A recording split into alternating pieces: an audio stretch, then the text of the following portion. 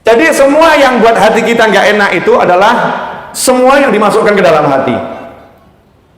Semua yang dimasukkan ke dalam hati. Makhluk nih, ciptaan Allah dimasukkan ke dalam hati, pasti akan membuat gak enak.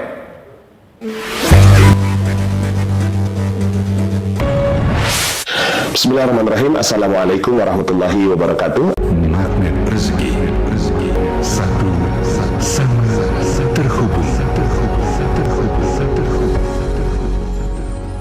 Titipkanlah kepadaku satu ayatmu yang bisa membuat aku mengetahui rahasia di balik peristiwa ini dan mendapatkan solusi hanya darimu. Al-Fatihah.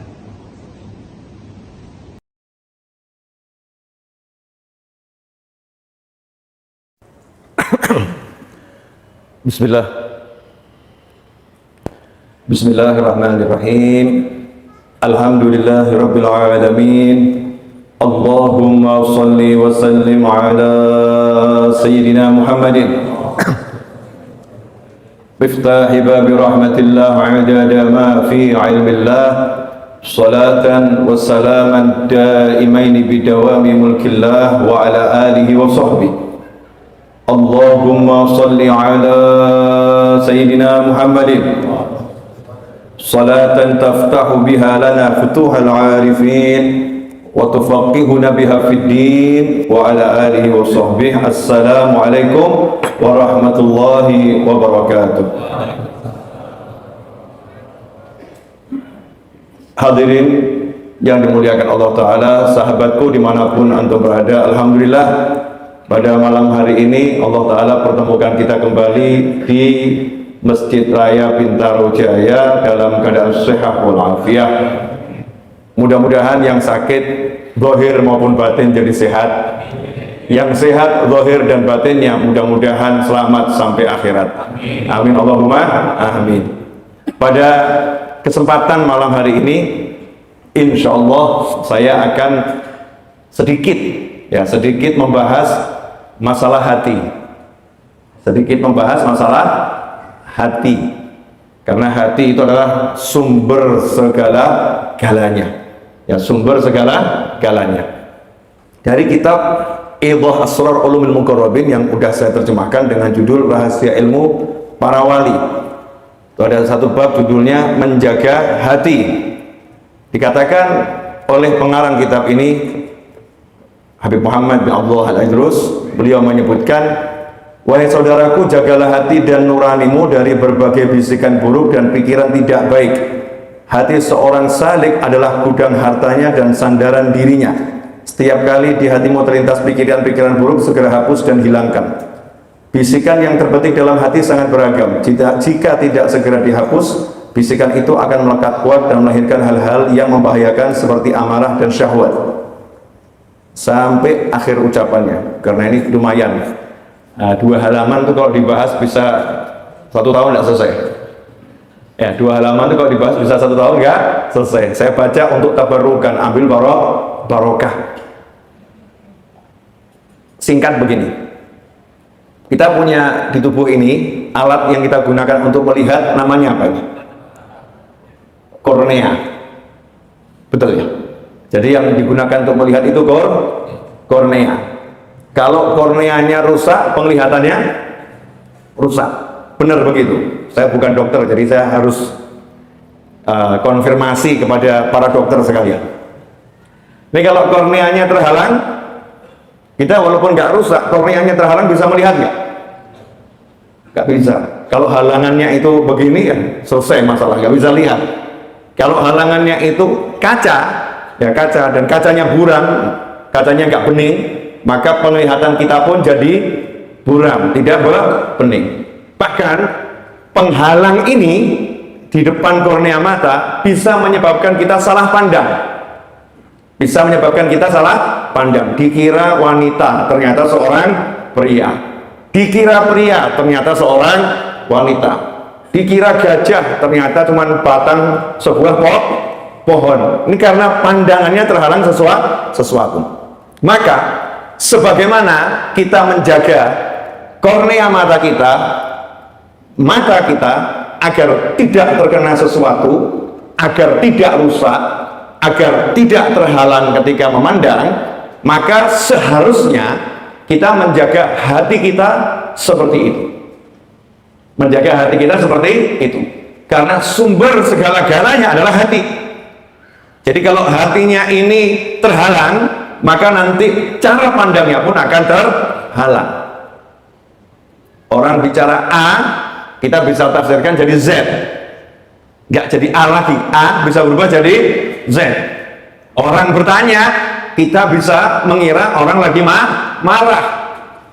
Orang nasihatin, kita kira lagi menjelek-jelekan. Bisa salah semuanya karena hati yang kita gunakan untuk melihat, hati yang kita gunakan untuk merasa, hati yang kita gunakan untuk mencerna, hati yang kita gunakan untuk berpikir, dalam kondisi satu, cacat hatinya. Kedua, nggak cacat tapi hatinya kotor. Yang ketiga, hatinya terhalang sesuatu. Inilah yang sering terjadi dalam kehidupan sehari-hari tanpa kita sadari. Karena itulah dalam sebuah hadis yang diriwayatkan oleh Imam Tirmidzi, baginda Muhammad sallallahu alaihi wasallam mengajarkan sebuah doa kepada Khalifah Umar bin Khattab radhiyallahu taala anhu agar beliau membaca doa berikut. Allahumma ja'al sarirati khairan min alaniyati waj'al alaniyati shalihah. Allahumma inni as'aluka min salihi ma tu'ti nas minal mal wal ahli wal walad ghairil dhal wala mudil. Ya Allah, tolong jadikan batinku lebih baik daripada lahirku, dan jadikanlah lahiriahku ini baik. Jadikanlah lahiriahku baik. Dan aku mohon kepadamu ya Rabb, segala kebaikan, baik itu harta, keluarga maupun anak keturunan yang Engkau berikan kepada masyarakat, bukan harta, keluarga, anak keturunan yang sesat dan menyesatkan. Ini doa yang diajarkan Nabi kepada Sayyidina Umar bin Khattab radhiyallahu ta'ala anhu. Kita nggak akan bahas yang akhirnya, tapi depannya, Allahumma ja'al sarirati khairan min alaniyati. Ya Allah, tolong jadikan hatiku lebih baik daripada jasmaniku. Nah, masalahnya dalam kehidupan ini, jujur saja ya, kita ini suka cek hati atau cek wajah? Cek hati atau cek wajah? Cek wajah. Cek hati atau cek perut? Masya Allah, sekarang musim cek perut, diameternya berapa ini? Diukur ya. Wah, ini perlu set up, ini perlu lari ya, perlu push up ya, dan lain sebagainya, biar perutnya nggak gemuk ya, biar perutnya nggak buncit, biar perutnya dilihat indah, biar fisiknya dilihat indah. Itu yang saat ini kita lakukan dalam kehidupan sehari-hari, sehingga kita mengontrol makan kita ini, ditimbang sekian, ini diukur sekian, jangan makan ini, jangan makan itu, jangan makan itu, makan ini saja, ini jangan banyak-banyak. Semua gara-gara apa? Agar penampilan kita lihat enak, dilihat orang lain juga enak, kita rasa enak, dan orang lain melihat kita pun jadinya enak. Itu sesuatu yang oke, baik, nggak jadi masalah. Tapi masalahnya sehebat apapun fisik kita, kalau hati kita rusak, maka sia-sia. Saya sering ngasih contoh begini, gak usah urus orang lain, tapi coba kita ingat diri kita sendiri ya. Pernah enggak kita ini dalam keadaan sehat, segar ya, duit banyak, kurang apa lagi, sehat, segar, duit banyak. Ini seorang, misal ya, seorang suami, karena di sini banyak laki-laki, banyak laki-laki. Mungkin pemirsa di rumah yang lagi nonton dan ikut ngaji juga laki-laki, mungkin sehat, segar, duitnya banyak. Dalam perjalanan pulang terlambat, bawa duit banyak, badannya sehat, segar, senang, tiba-tiba ditelepon istri, jam segini kok belum nyampe rumah, kenapa? Jawab, macet. Enggak, saya lihat dari Google rutemu nggak macet kok, biru. Saya mau nanya, jadi segar atau mulai berkurang segarnya? Jadi semangat atau agak loyo? Ini para suami yang ditanya kok nggak berani jawab, kenapa ini? Semangat atau agak loyo? Jujur saja. Ada perubahan yang tiba-tiba ya, perubahan tiba-tiba. Suasana nggak enak itu membuat kita bad mood, kalau kata orang ya. Suasana hati nggak enak. Baru suasana hati nggak enak, langsung tubuh kita yang segar itu jadi nggak segar lagi. Uang yang banyak itu jadi nggak berarti lagi. Rasa senang yang ada, semangat yang ada, tiba-tiba sirna. Yang ada lemes, lunglai. Aneh ya. Emang ada yang salah dengan protein kita? Enggak. Gizi kita? Enggak. Ekonomi kita? Contoh tadi duitnya banyak? Enggak. Ketampanannya? Oh, pria tampan. Enggak. Lantas apa? Hatinya dikit saja dengar berita yang enggak enak, kalimat yang enggak enak, langsung goyah. Sehingga fisiknya nggak mampu lagi menampung resahnya hatinya resah, fisiknya ikut resah. Nah, bagaimana caranya agar kalau ada begitu nggak ngaruh gitu loh ke hati? Nyantai saja. Itu di GPS saya lihat biru. Oh iya, biru karena engkau mandang penuh cinta.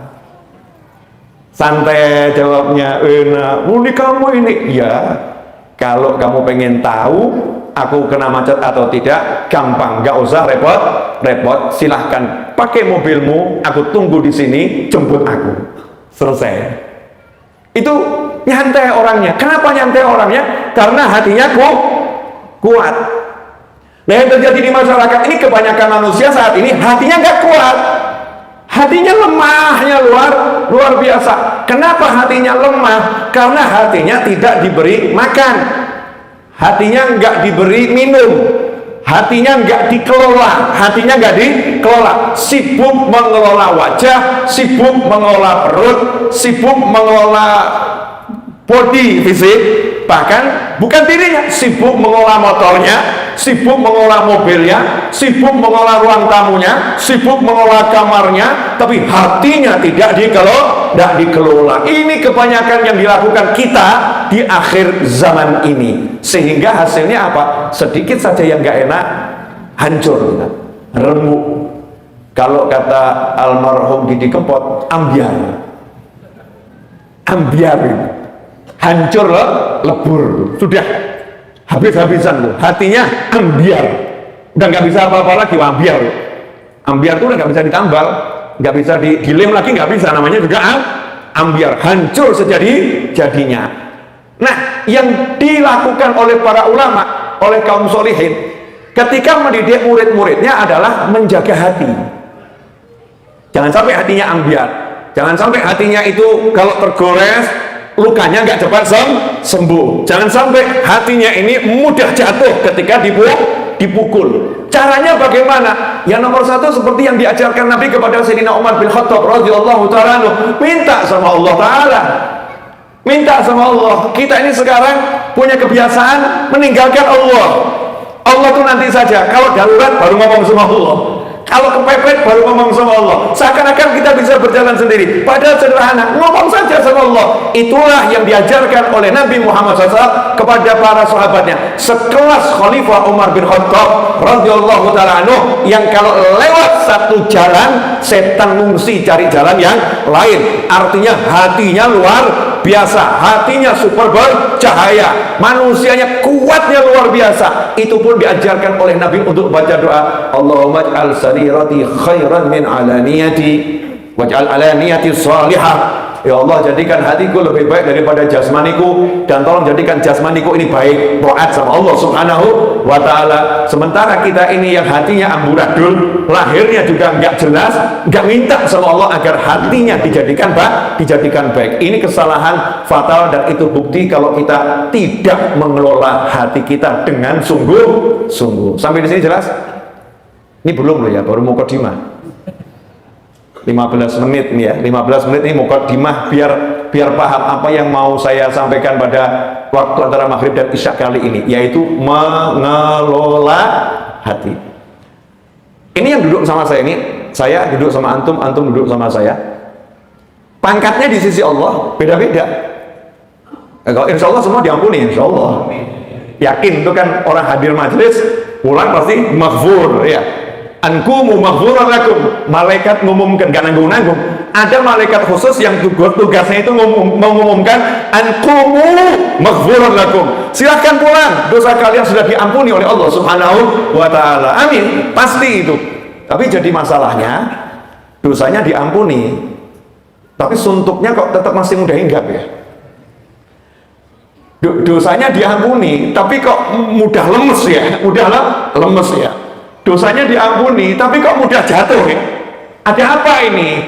Karena antara dosa diampuni dan kekuatan hati setiap manusia itu beda. Makanya ada orang yang duduknya sama tapi pangkatnya beda. Yang satu pangkatnya naik 1000 derajat, yang satu pangkatnya cuma naik 2 derajat, yang satu pangkatnya naik 20.000 derajat. Beda-beda. Dari mana? Hatinya. Sebagaimana disampaikan oleh Nabi Muhammad sallallahu alaihi wasallam, Rasul menyatakan, "Ma sabaqakum Abu Bakr bi katsiri shaumin wala salatin, walakin bi syai'in waqara fi sadri." Kata Nabi Muhammad SAW, Abu Bakar As-Siddiq radhiyallahu anhu tidak mengungguli kalian karena banyak puasanya, banyak sholatnya, akan tetapi karena sesuatu yang tersimpan melekat kuat di dalam hatinya. Sesuatu yang melekat kuat di dalam hatinya. Ada loh orang yang di sini sholat, kita nih ya sholat, hatinya ragu sama rezekinya Allah. Ada nggak? Ya kita yakin, oh kalau suruh ngomong yakin, rezeki dari Allah yakin. Begitu baca WA Anda dipecat. Yakin atau lunglai? Besok gimana ini? Lusa gimana? Oh, aku pengangguran sekarang ini. Lunglai dia. Berarti hatinya ini ragu tanpa disadari. Wah, ada yang sholat hatinya yakin yang luar biasa, rezeki itu dari Allah Subhanahu wa ta'ala. Sama-sama sholat tapi nilainya beda. Kenapa nilainya beda? Yang satu sholat dengan yakin total pada Allah ta'ala, yang satu sholat yakin sama Allah, tapi kalau dipecat ya gimana gitu ya, gimana gitu. Ada lagi yang yakin, yang maha menyembuhkan Allah ta'ala, tapi begitu badannya gak enak ke dokter, disuruh cek lab, ternyata terindikasi penyakit yang sangat langka dan gak ada obatnya. Lemes atau gak lemes?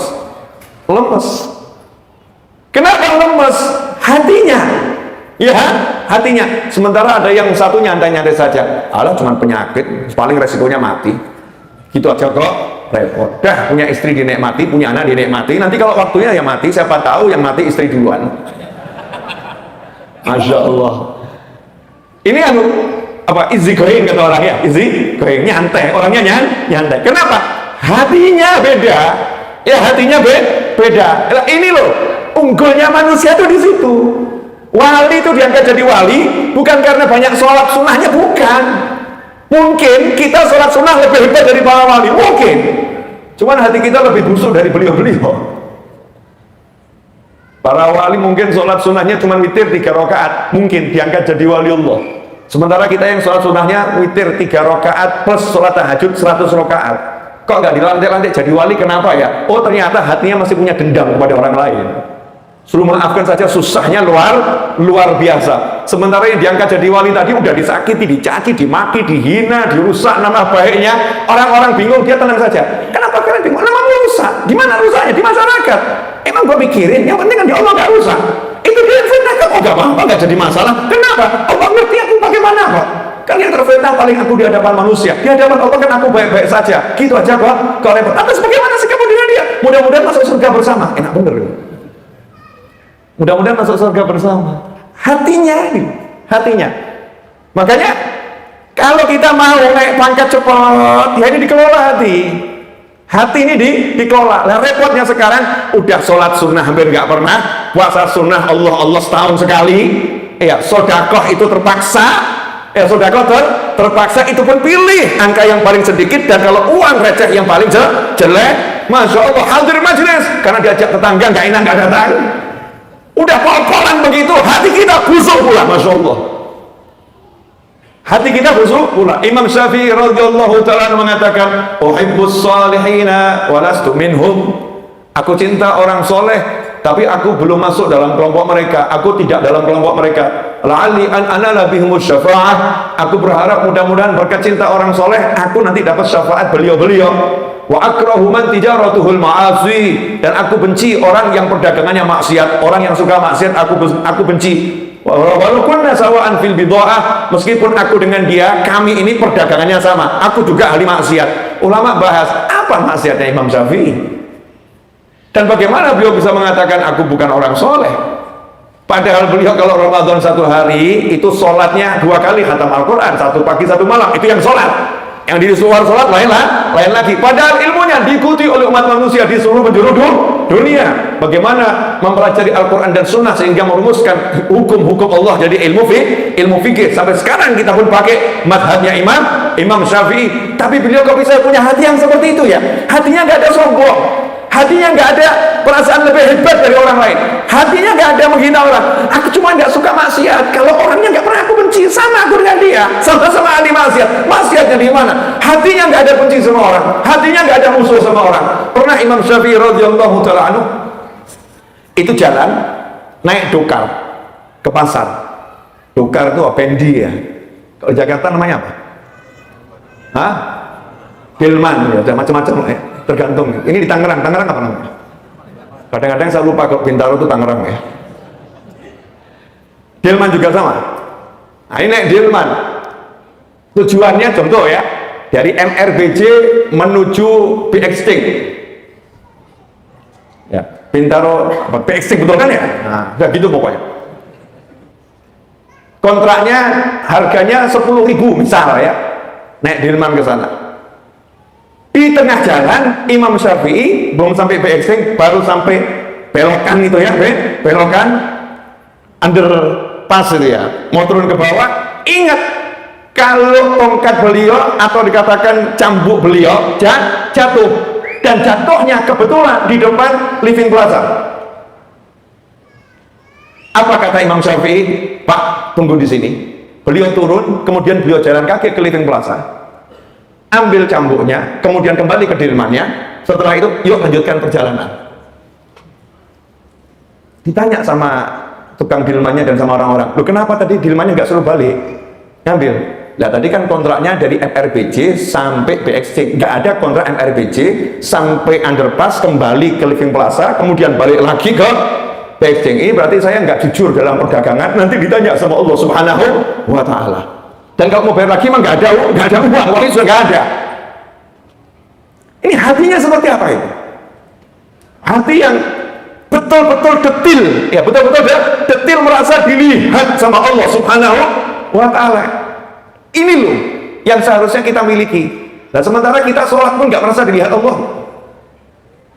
Jelas sholat ya, Allahu Akbar, seharusnya kan nggak mikir yang lain ya. Di depan Allah masih mikir yang lain. Saya mau kasih contoh begini, Bu, biar paham yang saya pakai contoh ibu-ibu ya Bu ya, boleh ya Bu? Suamimu duduk berdua denganmu, terus suamimu ngomong kepadamu, menyebut namamu, misal namamu Fulanah yang kucinta, tapi matanya melirik melihat wanita di sampingmu. Kira-kira gimana Bu? Kira-kira gimana Bu? Tonjok. Sadis ibu. Colok matanya kita tadi. Colok ini.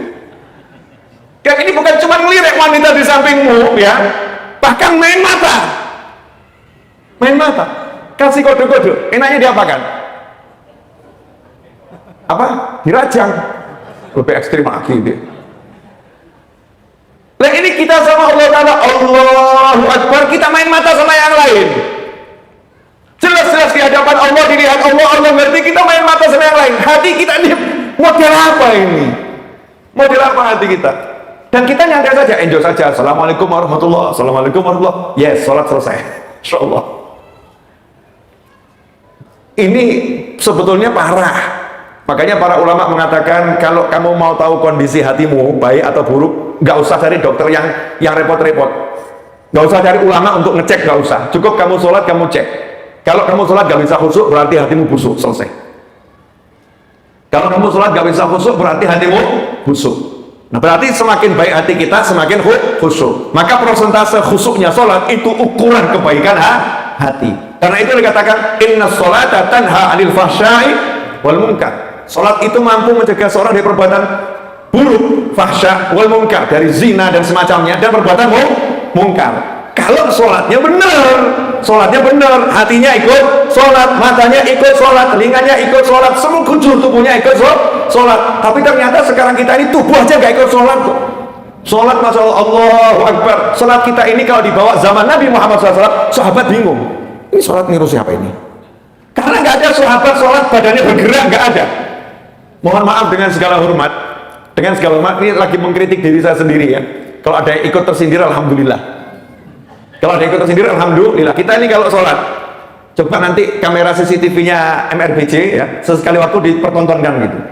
Terus sesama jamaah melihat dirinya sendiri. Waktu sholat, siapa yang tubuhnya mampu tidak bergerak? Tapi kalau antum melihat film Shaolin,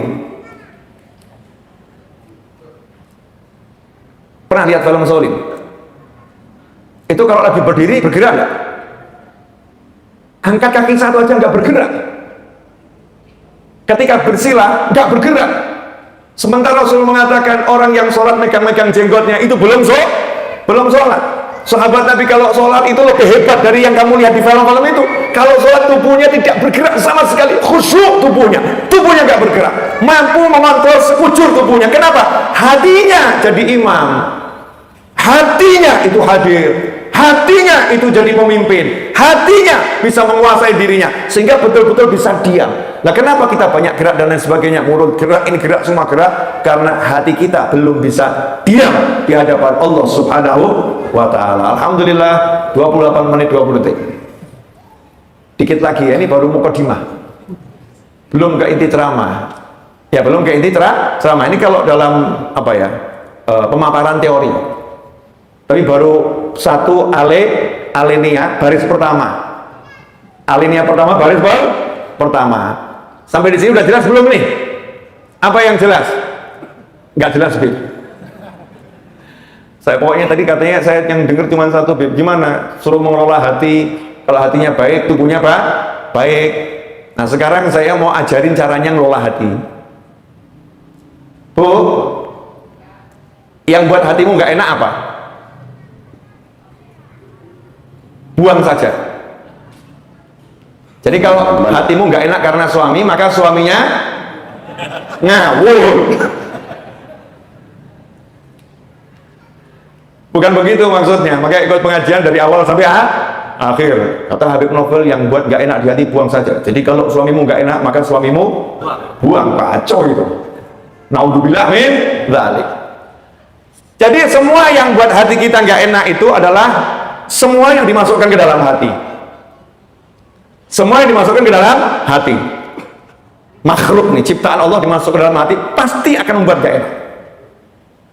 Contoh, nih, gelas ada airnya. Gelas ada airnya. Kalau saya masukkan ke dalam hati saya pengen minum air ini. Air ini saya dambakan. Saya masukkan ke dalam hati. Belum sempat saya minum, kesenggol, jatuh.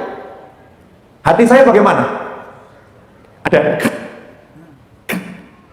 Betul. Ini contoh sederhana. Handphone. Kalau handphone ini saya masukkan ke dalam hati, Sony Xperia 4 atau berapa ini ya? Yang paling baru tuh ya. Lumayan sih, cuma 26 juta. Iya, sombong dikit gak apa-apa gitu ya. Maksudnya bukan sombong nggak boleh ya. Tahadutan binikmah. Kalau buat cari ilmu, buat ngajar ya cari yang terbaik. Jangan buat selfie. Hai guys. Bukan. Nggak akan ketemu insya Allah yang begitu. Tapi buat majelis ilmu cari yang terbaik. Ini kalau saya masukkan di hati saya, kok panitia kesini kesenggol, tak pecah. Itu wadahnya saya hafalkan terus. Itu yang jatuhin handphone saya. Itu orangnya itu dihafalin bener itu. Betul. Walaupun handphonenya nggak kenapa-kenapa, wajahnya panitia nggak hilang itu. Karena dimasukkan ke dalam hati. Dimasukkan ke dalam hati. Apapun yang dimasukkan ke dalam hati, gak akan pernah membuat hati nyaman dan enak. Gak akan pernah. Suami yang bilang sama kamu cinta pol sama kamu, istri yang bilang sama kamu, mas, seumur hidup aku tak akan mencari orang lain, hanya engkau milikku sampai ke jannah. Masya Allah. Begitu Anda sakit, ya sakitnya sehari masih dirawat, 2 hari dirawat, sebulan setan mulai datang. Nggak usah diharapkan tuh suamimu, udah menunggu ajalnya. Sembari menunggu ajalnya, siapkan gantinya. Masya Allah, setan datang. Setan datang. Begitu suami yang sakit ini lihat di samping istrinya ada pria menemani, kira-kira bagaimana hatinya? Sudah badannya hancur, hatinya hancur. Semua. Dan saya nggak perlu ceramah bab ini, cek pengalaman masing-masing. Cek pengalaman masing-masing, cek saja. Apapun itu, mau kerudung bu, yang paling remeh-temeh kerudung. Kalau saya selendang nih, paling remeh-temeh selendang. Benda yang paling kecil dimasukkan ke dalam hati, langsung sama Allah Ta'ala akan dirusak benda itu untuk memberitahu kita, kalau kamu pilih yang lain, aku akan hancurkan hidupmu dengan yang lain itu. La ilaha illallah Muhammadur Rasulullah SAW. Karena Allah maha mencemburui hambanya. Gak boleh ada selain Allah di hati hamba-hambanya. Makanya sekarang ini masalah yang ada ini sebenarnya selesainya masalah gampang. Ya, buang saja itu, pilih Allahmu, selesai. Jangan dimasukkan ke hati gitu ya, pilih Allahmu. Suami mau senangkan istri, senangkan saja karena Allah. Jangan karena kata-kata dan kalimat-kalimat dan kata-kata sampaikan, tapi itu karena Allah, sehingga ketika responnya itu tidak seperti yang diharapkan. I love you, aku tresno marang awakmu, aku cinta kamu, dengan sekian banyak bahasa lewat Google Translate zaman sekarang kali ya, sampaikan, ternyata responnya cuman segitu, kamu bisanya cuman gitu. Kalau gitu mantanku udah lebih hebat dari kamu. Masya Allah, suaminya dibegitukan, hancur atau nggak hancur? Enggak. Mau suaminya udah hatinya ke Allah, nggak apa-apa dek. Kalau kamu belum bisa menerima cintaku, nggak masalah. Yang penting Allah menerima cintaku untukmu. Masya Allah, tenang dia. Karena dia semua ke Allah, ya, dia Allah, terus ke Allah. Dan sementara kita enggak, semua ditumpuk, dimasukkan ke dalam hati, semuanya. Allahnya ditaruh di luar. Allahnya ditaruh di luar. Allahnya nggak pernah dihadirkan. Allahnya nggak pernah dilibatkan. Allahnya nggak pernah diutamakan. Allahnya nggak pernah dijadikan nomor 1. Allahnya nggak pernah dijadikan sandaran. Allahnya nggak pernah dijadikan Tuhan dalam dirinya. Tuhannya bukan Allah, meskipun mengucap la ilaha illallah, ternyata yang dia andalkan hartanya, pikirannya, kawannya, sahabatnya, koleganya, tabungannya, kemampuannya, dan lain sebagainya. Semua itu ditaruh dalam hati, Allahnya ditaruh di luar. Maka udah pasti Allahnya marah. Ya, Allahnya marah. Nah, ini yang menjadi problem di akhir zaman. Kita ini nggak tahu gitu loh. Memang betul-betul nggak tahu. Salahnya di mana ya? Saya coba mempelajari salahnya di mana. Wong semuanya orang baik kok. Tapi kok jadi hatinya semakin lemes. Ternyata kita selama ini ada yang salah dalam proses belajar kita. Ada yang salah dengan proses belajar kita. Kita belajar terlampau mengandalkan yang namanya usaha. Mengandalkan usaha. Padahal Pancasila, sila pertama itu bukan usaha. Sila pertama apa? Ketuhanan yang Maha Esa. Ketuhanan yang Maha Esa. Udah diajarkan, Pancasila aja ngajarin ketuhanan yang Maha Esa.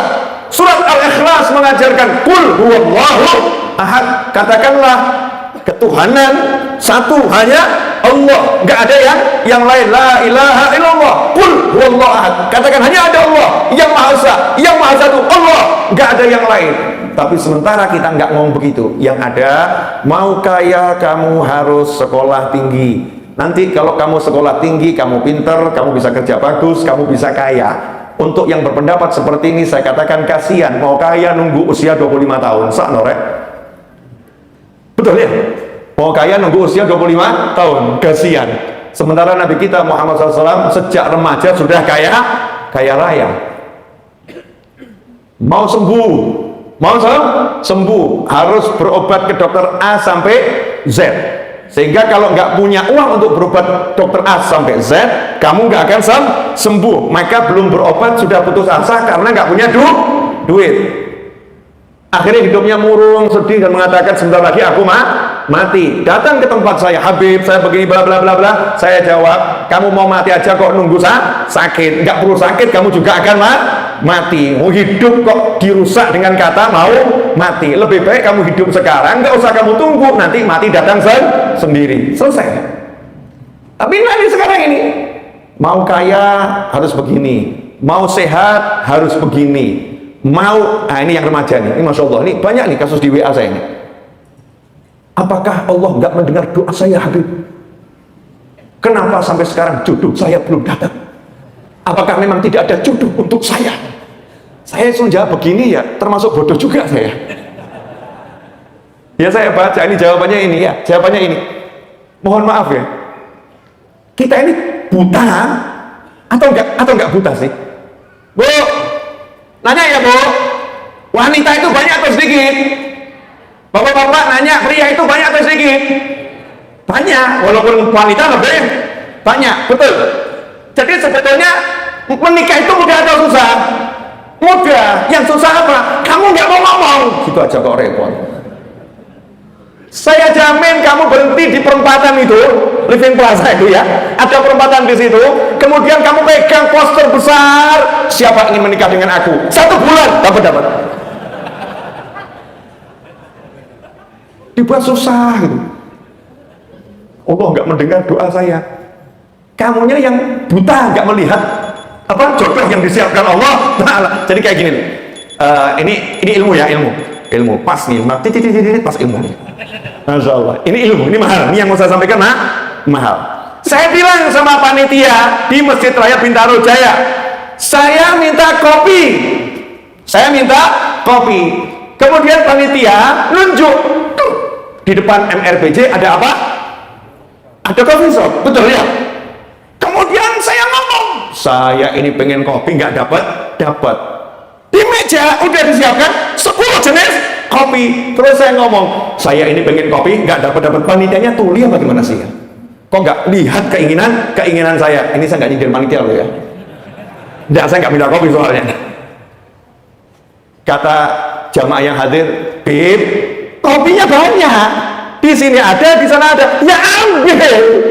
Kalau kamu nggak ngambil, bukan nggak disediakan, tapi yang ada kamu buta, nggak bisa melihat.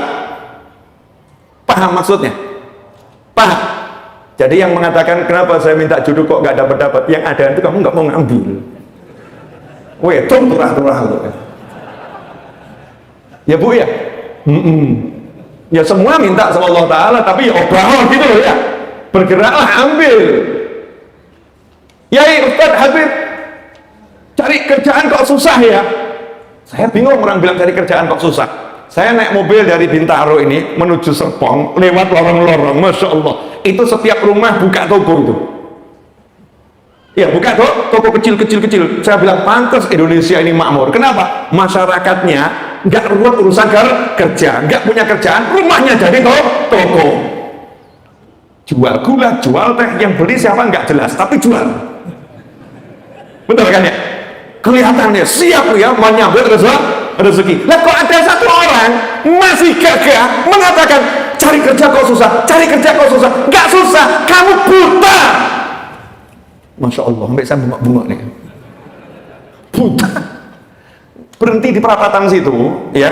Kamu beli pisang, kamu goreng di rumah, berhenti di perapatan situ. 1 hari, pisang goreng halal, insya Allah habis.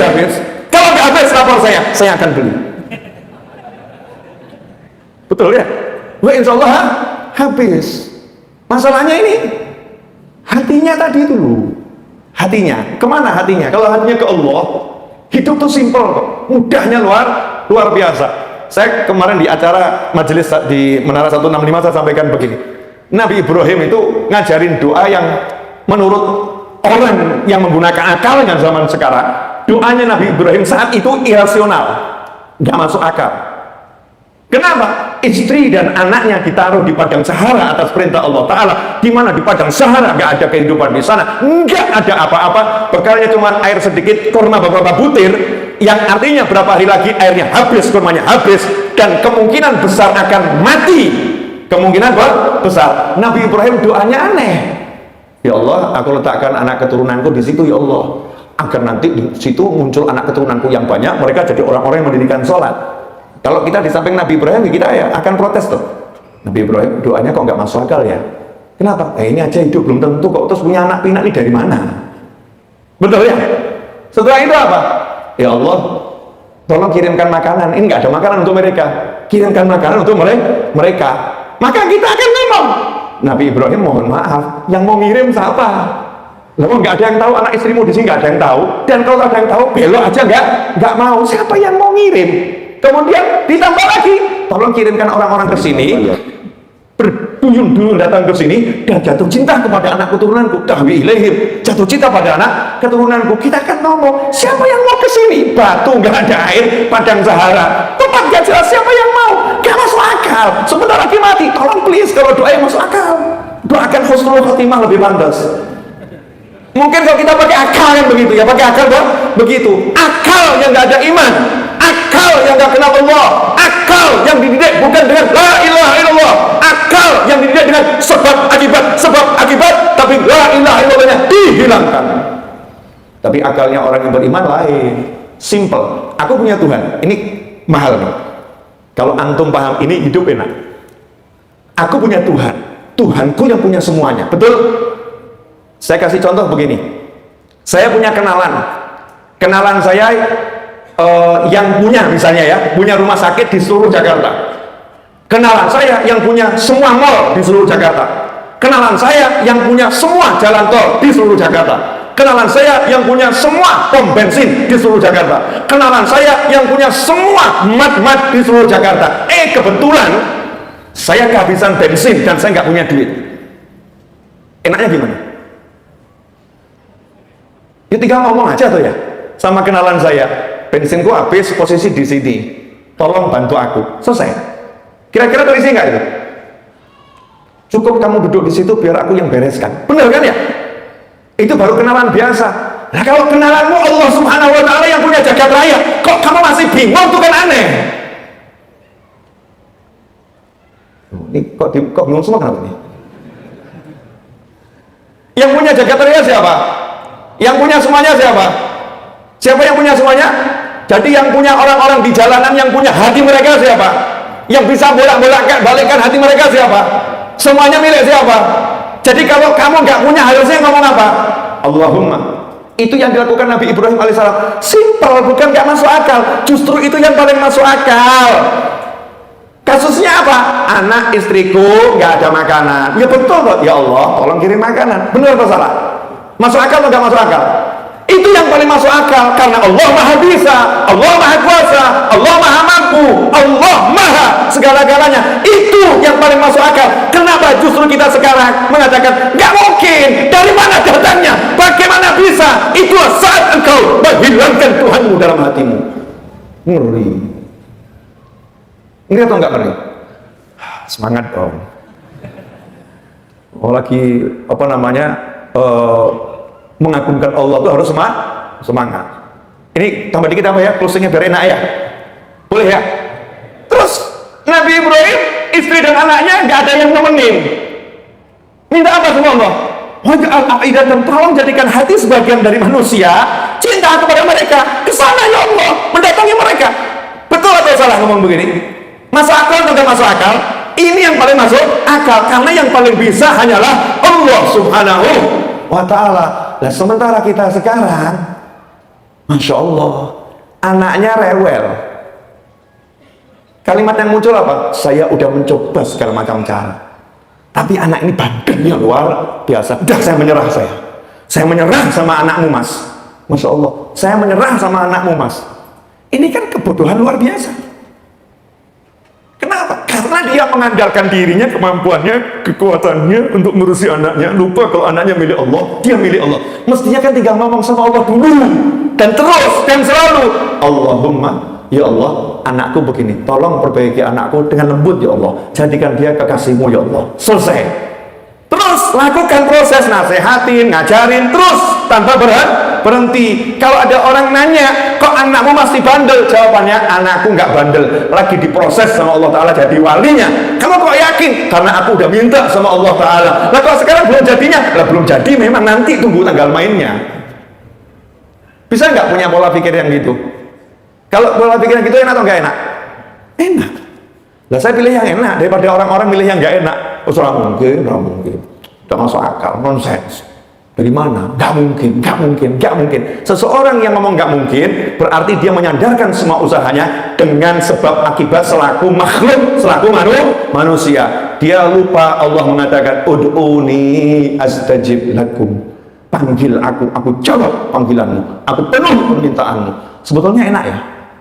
Ya mudah-mudahan yang sedikit ini bisa membuka hati saya dan hati antum semuanya untuk belajar lebih jauh. Ya, ngobrol sama Allah. Ya, ngobrol sama Allah, merasakan kedekatannya Allah Subhanahu wa Ta'ala. Melihat dulu. Allah udah ngasih gitu. Allah ngasih, mau ngambil enggak itu?